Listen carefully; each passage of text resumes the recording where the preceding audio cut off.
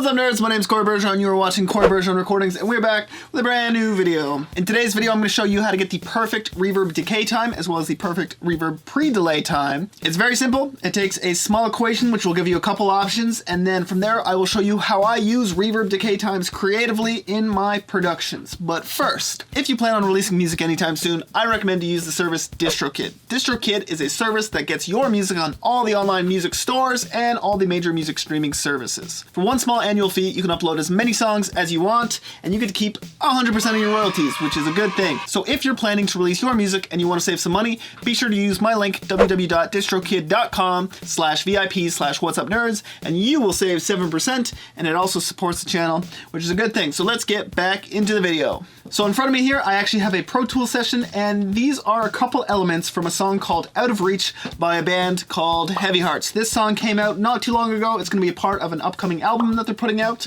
and it is a great song, and they make great music, so I recommend to check out their music. But yes, I have a guitar and a vocal from the song Out of Reach, and they sound like this.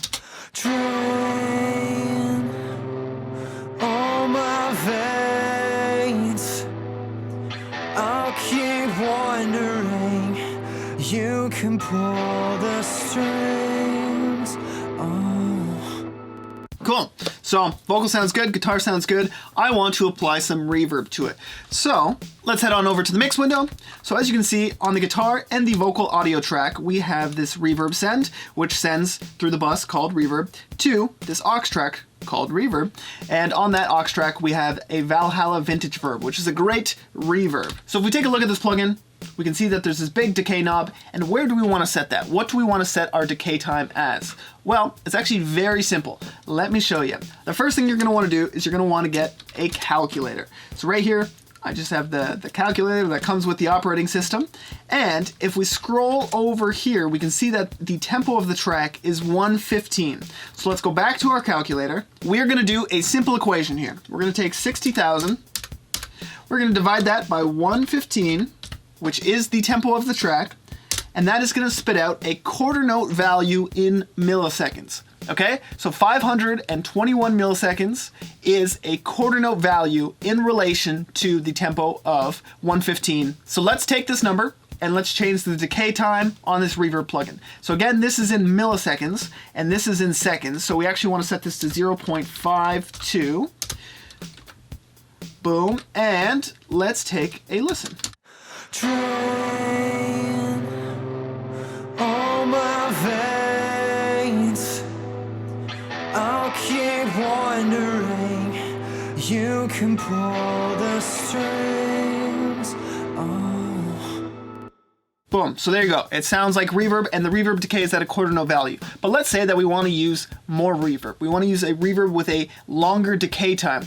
We only have a guitar and a vocal in this track, so there is a lot of room in this production to add a ton of reverb and really create an ambience. So let's go ahead and do something like that. If we go back to our calculator, we can now multiply this by 2, and this will give us a half note value in relation to the tempo, which is 115. And if we multiply that again, that will actually give us a whole note value. Okay, so let's try that out. This is 2,086 milliseconds, which is 2.08 seconds.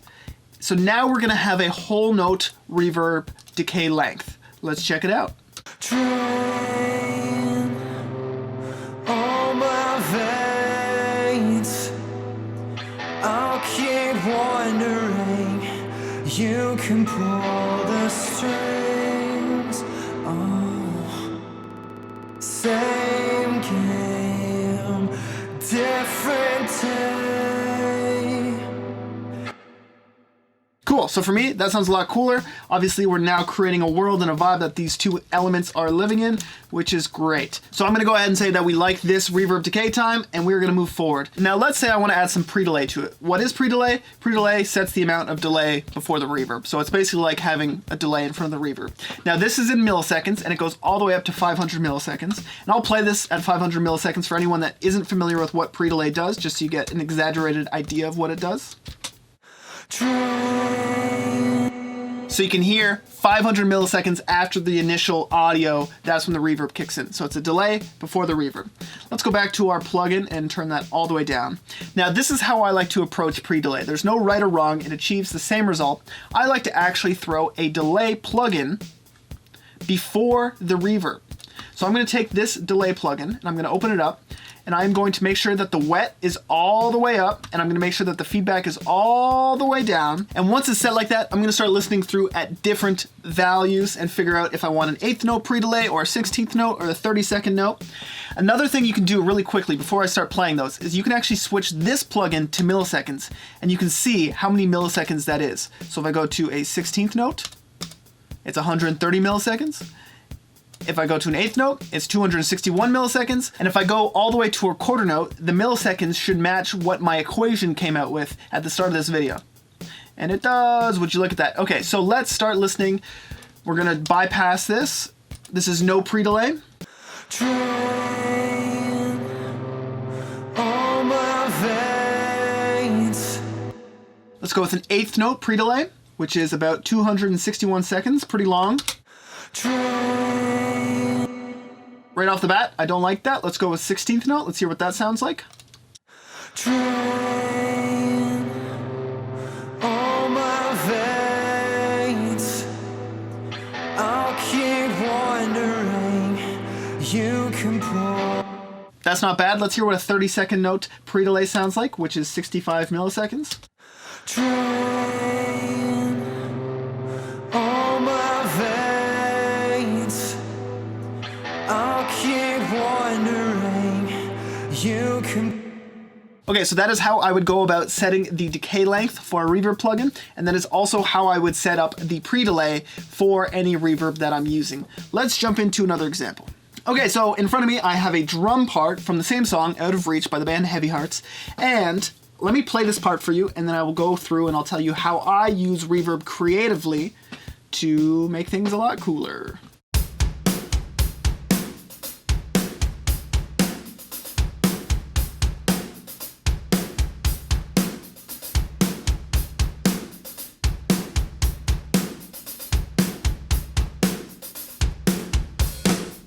All right, cool little drum groove. So at the end, you can hear that ended on this flam. And there's nothing wrong with that flam. The flam sounds great. But what I like to do in my productions is I like to make my productions really cool. And what I mean by that is I like to add cool little effects wherever I can to make things more impactful. So you can see at the bottom here, we have the snare bomb track. And what I like to do is when there's a big flam like that, I like to make a separate reverb track just for that instrument that has a longer decay, so I can crank the reverb of just that one hit. So if we go over to our snare top microphone and we look at our snare bomb send, we can see that I have it muted everywhere except for when that flam comes in. And I actually have it set like that for my snare samples as well. Let's go ahead and just turn these on and make these sends active. And then let's come down here to our snare bomb reverb. So as you can see on the Valhalla Vintage Verb, the decay is set to 0.20 seconds. That is not a snare bomb. We want to make a snare bomb. So what are we going to do? We're going to open up our calculator and we're going to find the tempo, which is still 115. This is the same song. So we're going to open up our calculator. We're going to take 60,000. You guys remember the equation. We're going to divide it by the tempo, which is going to give us a quarter note value in milliseconds. Well, let me tell you, I don't want it to be a quarter note. I want it to be a whole note. So I'm going to actually multiply this by 4. 4 quarter notes make a whole note. And as you can see, it spits out the number 2086. So let's set this up. 2.08. And let's hear what a snare bomb sounds like.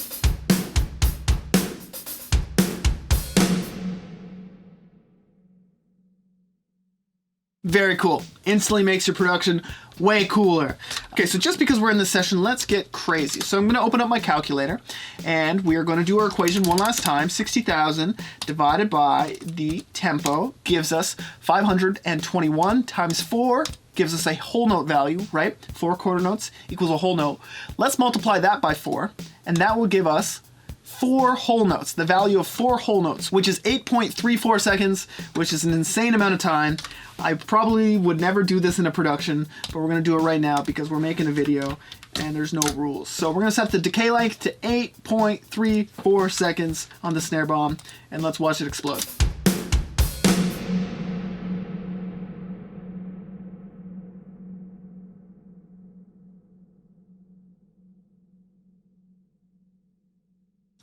Amazing. If you take 60,000 and you divide it by the tempo, it will give you a quarter note value in milliseconds. If you multiply that by 2, that will become a half note. If you multiply that by 2, it'll become a whole note. And on the contrary, if you take that quarter note value and you divide it by 2, it will give you an eighth note. And if you divide that by 2, it will give you a 16th note, so on and so forth. So this is a very simple way to get your reverb decay times and pre-delays in time with your track, which helps everything kind of lock in together, makes your mixes sound a little less amateur, because there's nothing worse than a bunch of reverb bleeding everywhere.